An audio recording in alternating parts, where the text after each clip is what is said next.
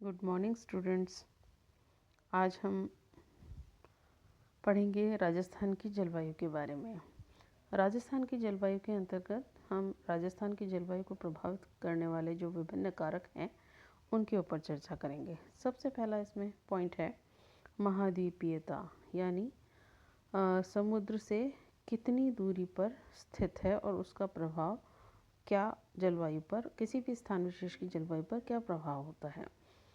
अगर हम किसी भी एक क्षेत्र विशेष की बात करें, अगर वो समुद्र तल से जितनी अधिक दूरी पर होगा तो उस स्थान विशेष पर जो तापांतर है वो अधिक पाया जाएगा। समुद्र के जितना निकट कोई भी स्थान होगा उससे जो तटवर्ती भाग हैं उनके अंतर्गत सम जलवायु पाई जाती है, और जितना हम समुद्र से दूरी पर होते जाएंगे उतना ही तापांतर अधिक पाया जाएगा। तो सबसे पहला कारक ये है कि अगर कोई भी स्थान विशेष जितना दूरी पर होगा तापांतर अधिक होगा और समुद्र के निकट होगा तो सम जलवायु वहाँ पे पाई जाएगी। तो पहला कारक हुआ ये हमारा। दूसरा है कर्क रेखा। कर्क रेखा राज्य के दक्षिण भाग से गुजरती है, राजस्थान के दक्षिणी भाग से, जिससे कि प्रदेश में उष्णता बनी रहती है और शीतकाल के रूप में दो स्पष्ट ऋतुएं देखने को हमें मिलती हैं। कर्क रेखा के प्रभाव से अगर हम देखें तो हमारा राजस्थान का दक्षिणी भाग के कई ज़िले इसमें आते हैं और उसका प्रभाव ये पड़ता है कि दैनिक तापांतर जो है हमारा और ऋतुवत तापांतर की अधिकता पर उसका सीधा सीधा प्रभाव पड़ता है। तीसरा पॉइंट है हमारा उष्ण मरुस्थलीय अक्षांशों में विस्तार। महाद्वीपों के पश्चिमी भागों के मध्य अक्षांशों में मरुस्थल पाए जाते हैं और राजस्थान राज्य भी भारतीय महाद्वीप के पश्चिमी भाग में स्थित है। ये एक प्रश्न इस रूप में भी कई बार आता है कि महाद्वीपों के पश्चिमी भागों पर ही अधिकांश मरुस्थल क्यों पाए जाते हैं। तो उसका सीधा सा कारक है कि पृथ्वी की जो घूर्णन गति है पश्चिम से पूर्व की ओर है, तो उसके फलस्वरूप जो हमारी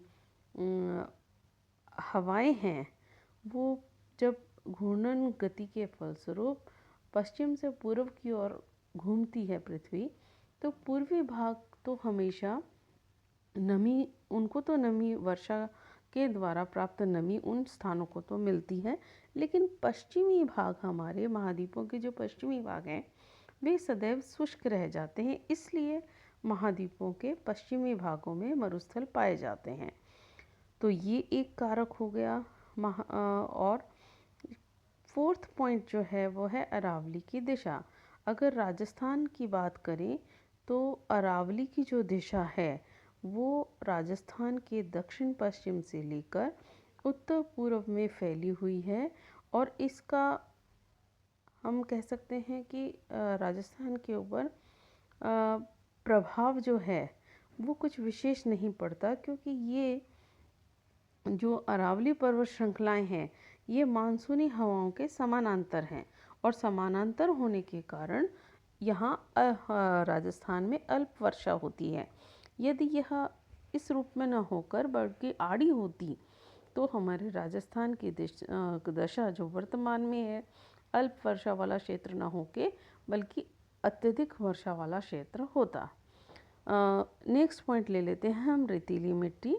रेतीली मिट्टी भी हमारे जो क्षेत्र है राजस्थान का, इसके अधिकतम तापांतर के लिए जिम्मेदार है, क्योंकि जितना रेतीला भाग होगा, वनस्पति विहीन जो क्षेत्र होगा, वो अपने आप में क्या करता है कि दिन में अधिकतम तापमान को ग्रहण कर लेता है और रात्रि में उसी ताप को पार्थिव विकिरण या हम कहें उसी ताप को निरंतर छोड़ता रहता है।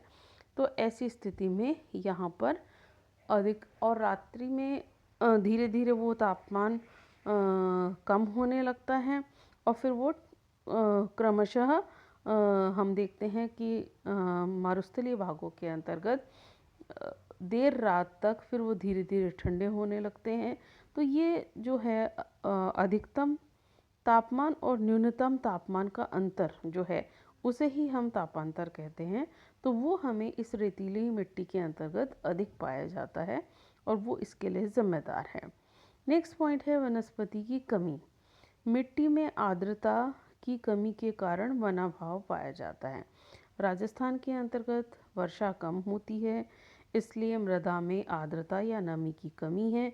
नमी की कमी के कारण यहाँ वनस्पति कम पाई जाती है और मरुस्थलीय भाग ज़्यादा है। तो ऐसी स्थिति के अंतर्गत वानस्पतिक आवरण जो है वो हमारे यहाँ राजस्थान के अंतर्गत कम पाया जाता है। और नेक्स्ट पॉइंट है पवनों की दिशा। पवनों की दिशा के अंतर्गत अगर यदि हम बात करें तो गर्मियों में पश्चिमी रेगिस्तान से गर्म आंधियाँ या हम जिसे कहें गर्म हवा लू के रूप में जो चलती है वह चलती है, तथा सर्दियों में हिमालयी भाग से उत्तर की दिशा से शीत जो लहर जो चलती है उसका प्रभाव रहता है। तो वो भी हमारे राजस्थान की जलवायु को प्रभावित करने में अपनी महत्वपूर्ण भूमिका अदा करता है। एक तरफ तो हम जहाँ मई जून के अंतर्गत लू से प्रभावित रहते हैं, तो वहीं शीतकाल में हम जनवरी फरवरी में हिमालय की ओर से आती हुई शीत लहरों के प्रभाव से प्रभावित रहते हैं। तो ये कुछ ऐसे कारक मैंने आप लोगों को बताए जो राजस्थान की जलवायु को प्रभावित करने के अंतर्गत अपनी महत्वपूर्ण भूमिका अदा करते हैं। धन्यवाद।